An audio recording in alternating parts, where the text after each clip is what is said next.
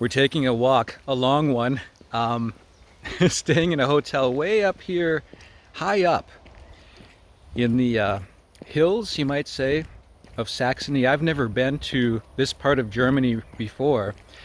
It's the part eastern, just north of the Czech Republic, in the area around Zwickau. So very hilly and valley-ish. Streams and rivers running through these deep valleys, and then these hills like we're walking down today, trying to find a grocery store that might still be open way past, well, she described it to me as once you get down by the river under the Autobahn, and there's a Netto there, and that's where we're going. I had to walk up all these hills from the train station in the valley with all of my luggage just about an hour and a half ago. So that was an interesting adventure. Give you a little look around. If you watch the channel, he's got a license to dry. I think that's what that guy does, is he dries stuff. So anyways, if you watch the channel, you'll see a video most likely of the place where I'm staying. It'll be part of one of the videos, and I'm staying way up here where you have these nice views. I'm gonna go ahead and call it a villa. I'll tell you how much it costs if you watch that video, but let me say it's not very expensive given what you'll see in terms of the living quarters. However, it's very important that you have a car, because if you don't, then you're going to be hauling your luggage from the valley below, or for that matter, you're going to be doing what we're doing right now, which is walking down, find the grocery store, and then we got to haul everything back up here. So I'm going to just get what I can fit into my little fabric or cloth grocery bag, because as we all know, there are no plastic bags to go in Germany without paying for them. So it's generally bring your own bag. Sometimes people make fun of me for how I say that word, being from Minnesota. I guess that's a giveaway word, a tell, you might say. So we're bringing our own bag to the store that we hope will still be open when we get there, because you never know. It's a weekday, so we should be okay. But if this were if this were a Sunday, we'd really be out of luck. I'd have to just basically starve until Monday came along. So I can see the Autobahn over there. You probably can't see it yet, but we have to walk, there it is. We have to walk well past that. So I may have to stop the video for a while until we get under there, show you what it's like down by the river that goes under the Autobahn, that eventually will get us to this little grocery store called Netto. We've gone under the Autobahn bridge now, which you can see behind me. Very busy road.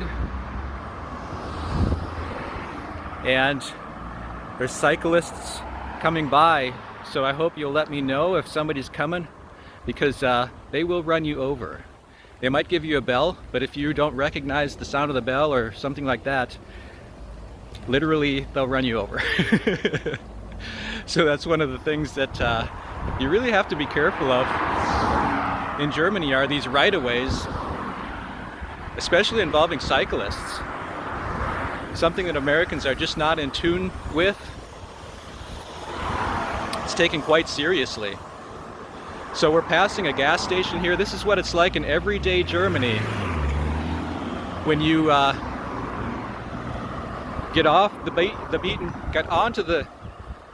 off the beaten path onto the unbeaten one, away from the Brandenburg Gate, away from all the tourist attractions. You can see the price of gas there. Of course, that's for liters, euros, liters. You do the conversions, quite expensive. So anyways, we're walking down to this Netto. I see the sign finally. Walking like an Egyptian, you might say. An Egyptainer? What would a German call an Egyptian? I don't know. And I'm just gonna buy super high fat, super high energy stuff down here because I don't want to be doing this every day. So I'm gonna fill my little cloth bag with lots of cheese. You can't go wrong with cheese in Germany by any brand, and it's not only going to be cheap, but it's going to be really good, tasty, full of energy, and it'll keep pretty well too. The other thing that keeps really well are these little dried sausages that you can find in a German grocery store. Again, full of fat and energy, pretty light and compact, and you can take them anywhere. Very portable. So we're gonna load up on cheese. We're gonna load up on those little dried sausages. And yes, I'm gonna have to get water and beer, and that's gonna be the heavy part that I have to lug up the hill. So I'm gonna get canned beer against tradition. Most beer in Germany is still sold in these really big, heavy glass bottles. I'm gonna forego that tradition for today. Lug it all up the hill again. I don't know if you can see the guys inside of there returning their bottles. It's a big thing, right? All of these bottles in Germany have, I don't even remember what we would call that in English, but you have to bring all your heavy bottles and everything, plastic, glass, back if you don't want to waste a bunch of money, because it's actually worth quite a lot. And then there's always this rush when you check out at the grocery store. It's not like you have a big place to start picking up your stuff and bagging your stuff. So it's like you just have this big rush. Throw everything in the bag, and then later on I at least have to try and rearrange it, right? So we got some cheese. Surprisingly, they didn't have very many of the little sausages. This was all I could find. I usually get smaller ones, but when I asked the guy, he didn't even seem to really think it was something they had much of. So we've discovered a little corner of Germany doesn't have the little dried sausages. Some water to haul up the hill, and then we got some canned beer. So I just got whatever they had in the can, because again, I don't want to be hauling glass. If this little bag were to break on the journey back, I'd be totally screwed. I'd be SOL. So we're gonna assume that this bag's gonna hold out. We're living on the edge, so our spaghetti isn't gonna spill all over the mountainous roads of Upper Saxony. You will occasionally see an American car on the roads in Germany. I don't know, can you see? We've got old conversion van there. So there are some aficionados, you might say, of American cars, despite the unreliability and the squishiness, you might say, couch on wheels kind of approach that they took to American cars back in the day. You will find people who just make a point of having them. Not many though. So if you really want to drive the roads of Germany, you need something firm, something that when you give gas, right? When you give it some gas,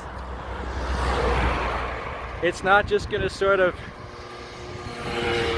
make a bunch of noise and get you up to speed slowly but surely, right? It needs to really be able to squeal those tires a little bit on every little stop sign.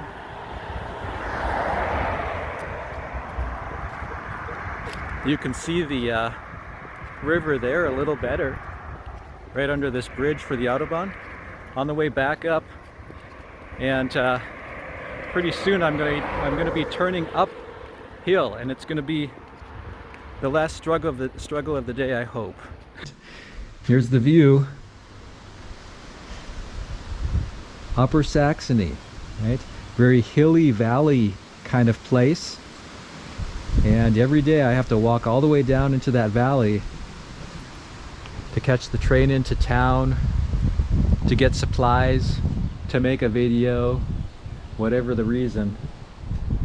Trust me, Even after you walk all the way back up here, it's worth every bit of it. Flowers, we even have some hints of palm trees here. This is known to be kind of a sunny area in these hills, especially when they're exposed to the sun. So that's the view from the villa. 80 euros a night, despite all the trudging down there and hauling stuff back up again. I'm gonna say that's 100% worth every penny of it.